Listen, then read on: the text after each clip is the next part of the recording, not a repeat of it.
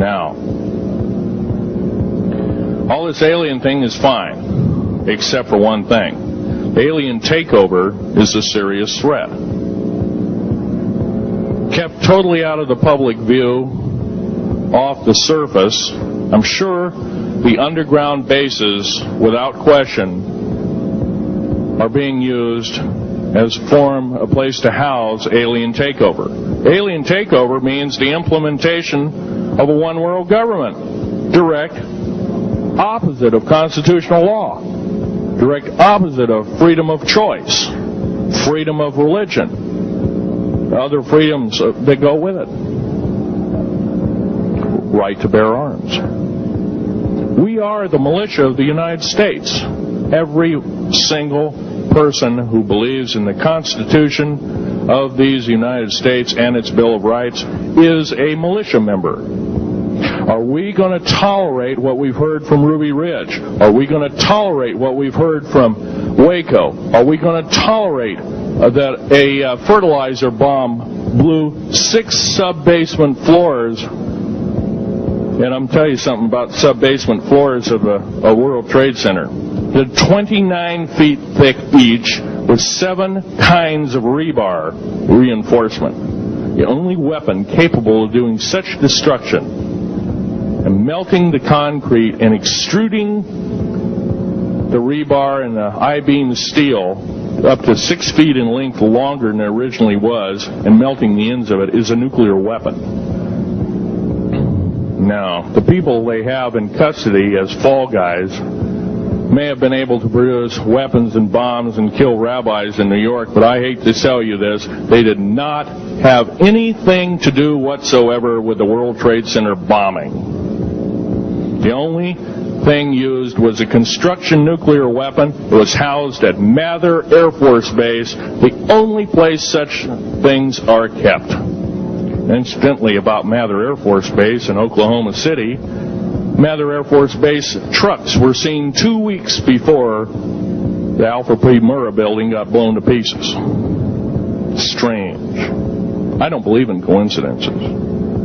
They're non sequitur. They cannot be proven mathematically, etc., etc. So they don't exist.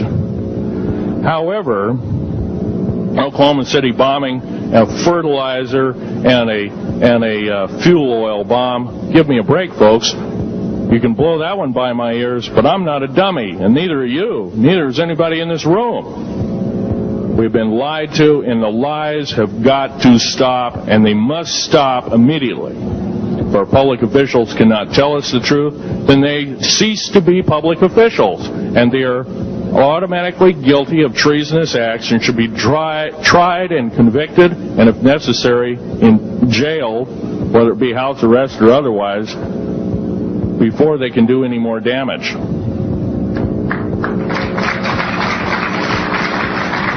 Janet Reno. Janet Reno is a confirmed lesbian. She got out in front of public TV and said so. Janet Reno cheated her way through law school. It's provable. It's on the congressional records. Also in question, it's on the law school that she graduated from. Her record is not spotless. There are thousands, there are tens of thousands of fine police women that could have done an exemplary job in a similar aspect. Janet Reno is a murderer of our children and should not be tolerated to live. Those that murder children, those that abuse children, those that sexually abused children should not suffer to live. The CS gas that was poured in onto the Waco complex of Mr. Koresh, CS, by the way, stands for cesium. Cesium is an atomic element. It's an isotope. It's a radioactive compound. It is deadly to people under the age of 10. Take one breath and their lungs are singed and they die in 72 hours or less. They poured that gas continuously for 48 hours on that compound. Now, I don't believe in a lot of things. I don't believe anybody is that wicked that you have to kill them 100-fold over after they're dead. But this is the mentality of the people now ruling as kings and queens over us, and it must stop. If we allow another election to go by with the same ilk in the White House, we have only ourselves to blame. Now, this room isn't going to change the outcome of an election. I personally believe, I don't believe there's going to be another election. I believe martial law is going to hit this country before that happens. The way things are going. Because we refuse to stand up. We refuse to literally get out and risk our lives in talking.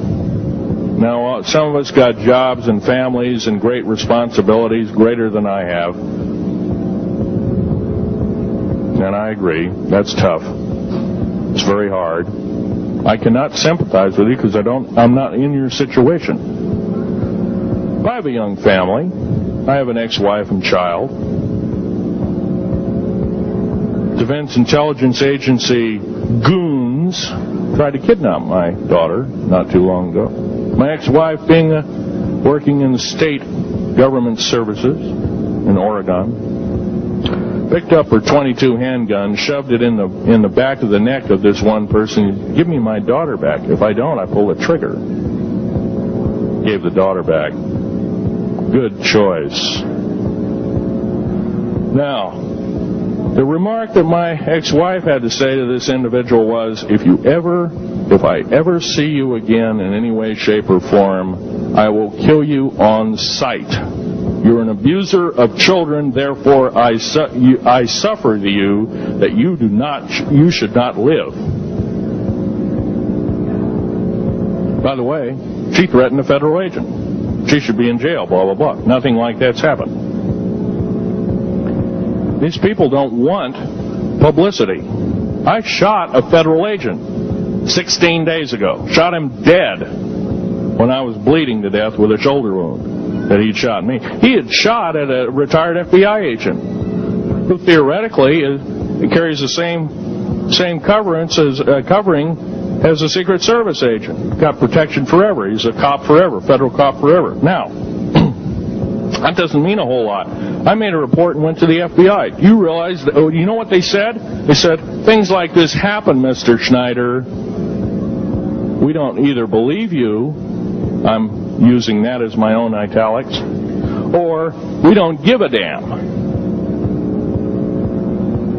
Now, something's wrong here. I'm not reading this right. I defended myself to the best of my ability. I was hoping I could go through life without doing such a thing.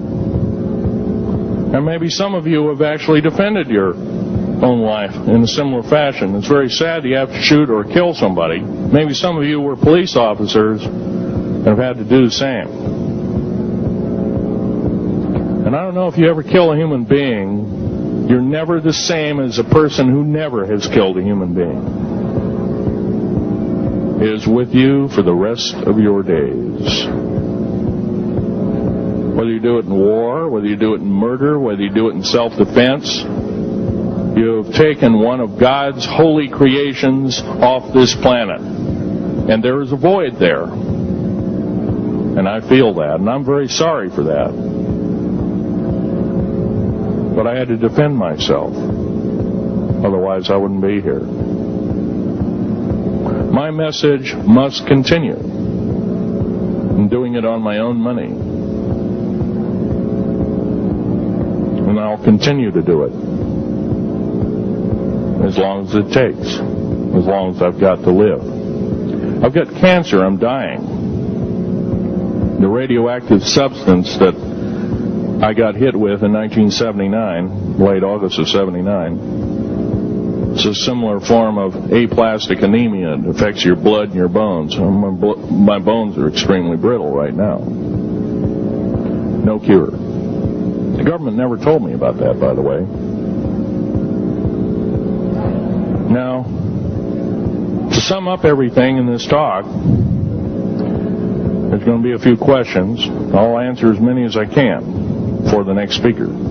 However, I want to sum up and say that every one of you in this room is a participant in secret things, and you're very brave indeed, and you should all turn around to one another and shake each other's hand and say, thank you for being here. Would you please do that and greet your neighbor?